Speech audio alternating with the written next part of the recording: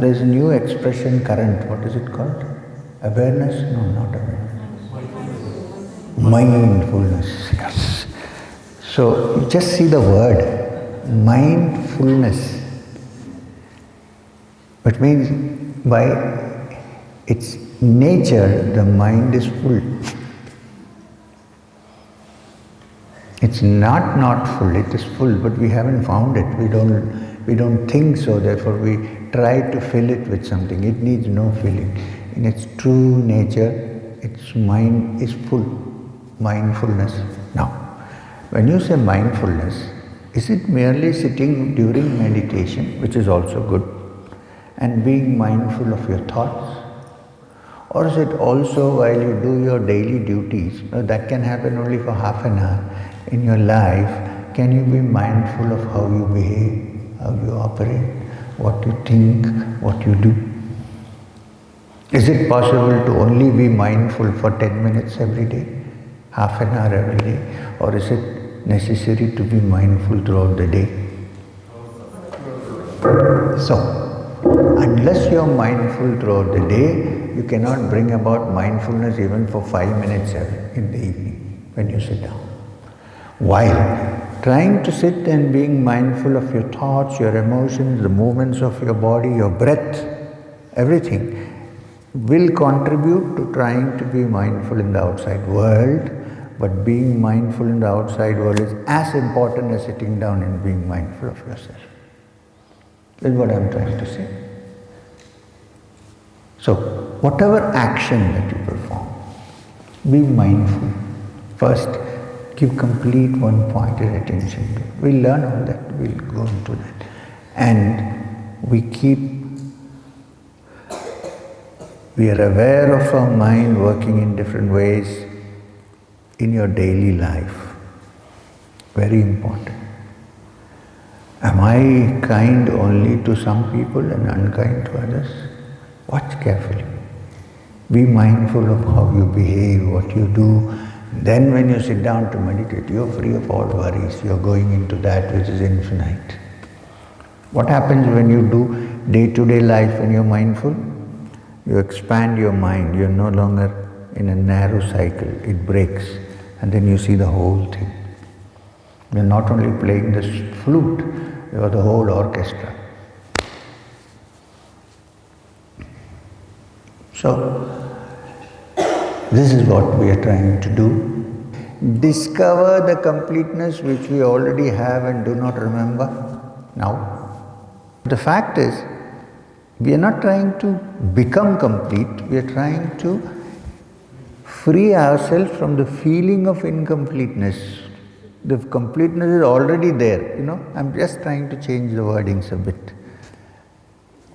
We are not trying to grasp something, we are trying to stop grasping so that what already is here is revealed to us.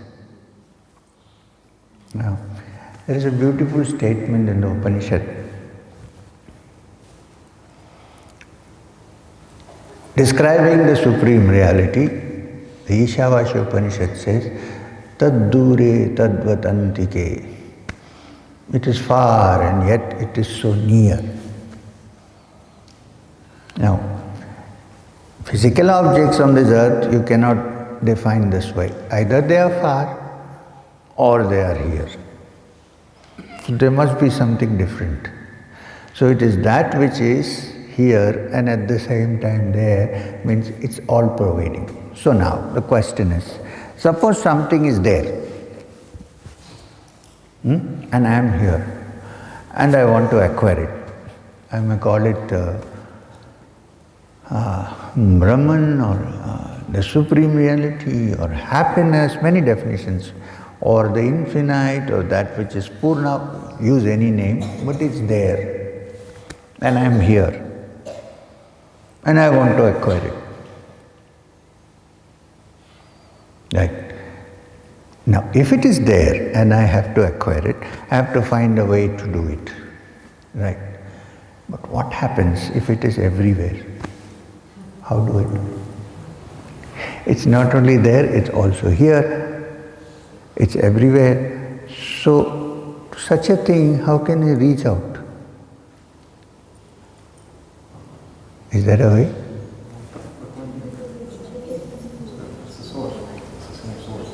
Source. So what do we do?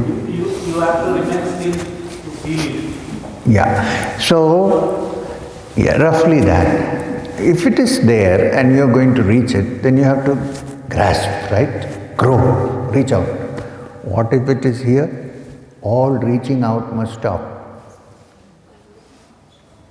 Complete rest. There is no reaching out, there is no stretching.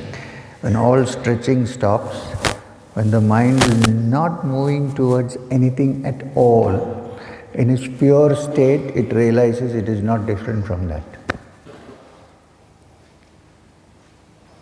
But why did we forget that state? Now that is one question. There is one question which everybody keeps asking me. This is not the first time. So that bright smile has some meaning. Why did it happen? Somebody asked someone, why is the sky blue? He said, because it is blue. So why is not the question, that it has happened is the question. How do we get out of it? When you get out of it, you might probably find out why it has happened. Many people have put it in different ways by saying, it's overflowing. And the water that flows out of the tank has lost its understanding that the source from which it comes is complete and full. But there is always a built-in capacity where you can figure it out. It's not lost forever. So some people call it Leela, some people call it various things. I'm not about to define it, but what I'm trying to say, okay, I'll give you an example. The why cannot be found out as long as you are limited. When you keep the hypothesis that there is an unlimited, which is our true essence, and work towards it, perhaps when you touch it, you will also know why. Otherwise, even if one who knows tries to tell you why, he does not understand. We are talking about trying to bring a multi-dimensional why into a three-dimensional world. With thought, not possible. Okay, let me put it this way. Buddha had a beautiful story. Because Buddha did not talk about where it's, he said what we need is nirvana, freedom from all desire. So somebody asked, so where did this desire come from in the first place, to be free of it? Like your question. And the Buddha said, okay, I'm going to tell you a story. Somebody went into a mango grove to eat mangoes. And a hunter hiding in the forest shot an arrow. Arrow hit this guy in the chest. He fell down. Intense pain. Arrow is here. So Buddha asked this question, is it important for this man now to understand, one, that I am in pain, and two, that to be free of pain I need to remove this arrow? Or is it urgent for me, for him to lie down there with the arrow here and find out the source of the arrow? Why did he shoot? Where did it come from? You know what I'm trying to say? Because by the time you discover that, you may get gangrene and die. You need to pull the arrow out, and that is the pain of limitation that we are having, that we don't realize it's a supreme. That the true essence is complete, we don't know it. That is the arrow of pain that is causing us all the pain in this world. So first thing is to remove that pain. And to remove that pain is to understand our identity and work towards it. Instead of trying to find why, try to find out how to get out of it. There used to be, when I was in school, there were these wonderful books called How and Why, Wonder Book of Chemistry. How and Why, Wonder Book. The how here is more important. They could have said why and how, but the sequence is how and why. So, when you understand, perhaps you will get to know why. And if you say, well, again, but why did gravity has no why, it is there. So if you have to save yourself from gravity, You cannot ask why gravity came in the first place, but try to find out something can defy gravity, right? Then perhaps you may know its source later. So there are many universal things which the little brain cannot understand. But this fact is correct, that we all are trying to find completeness, that we are all trying to find fulfillment, bliss, with different words we use. And the fact is that deep down in our true essence, it is in us, we are part of it. And therefore to free ourselves from those conditionings, either through devotion, which is surrendering yourself totally to the Supreme, enjoying the descriptions and so on, or through analysis, going in through Vedanta, or through doing service to others to purify your mind. So ultimately it comes to this, that the mind has to be purified and quietened before we understand the aim of life, which is the Poornata. That is more important. Yes, sir. Yes. At least yes. No. Partly. Good. That's enough. Do we need grace? Dress. Grace. I thought you were asking me the question which Mahavira asked one of the guys who wanted nirvana but refused to take off his clothes. They are Digambaras, right? He said, if you cannot take out your clothes, which freedom are you looking for?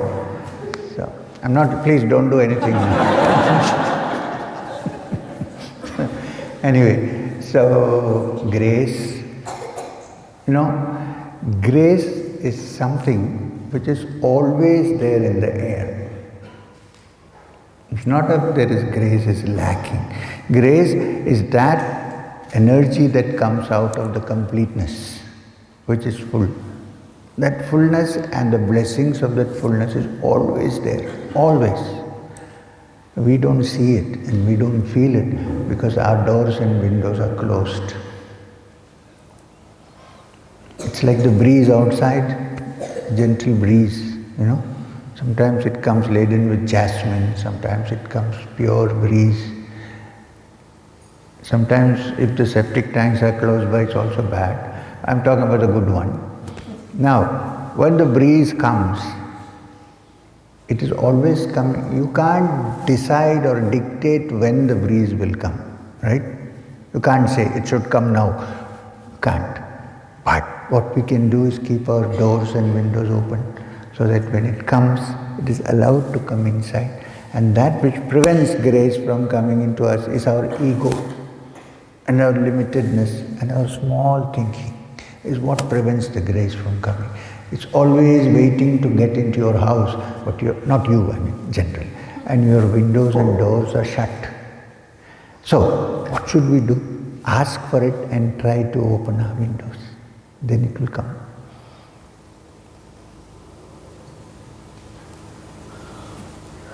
Further question.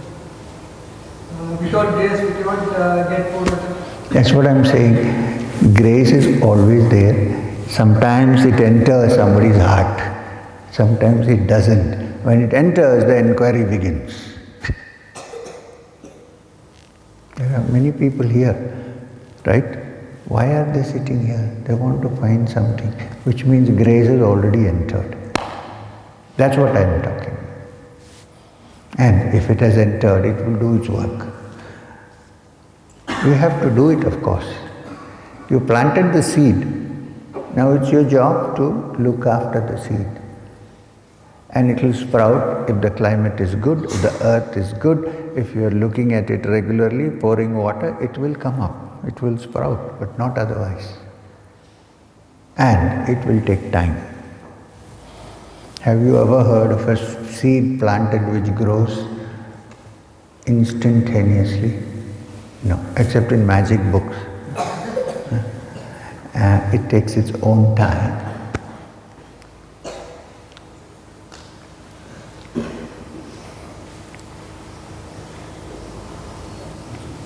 Sufficient unto the day is the evil thereof. Jesus Christ in the New Testament.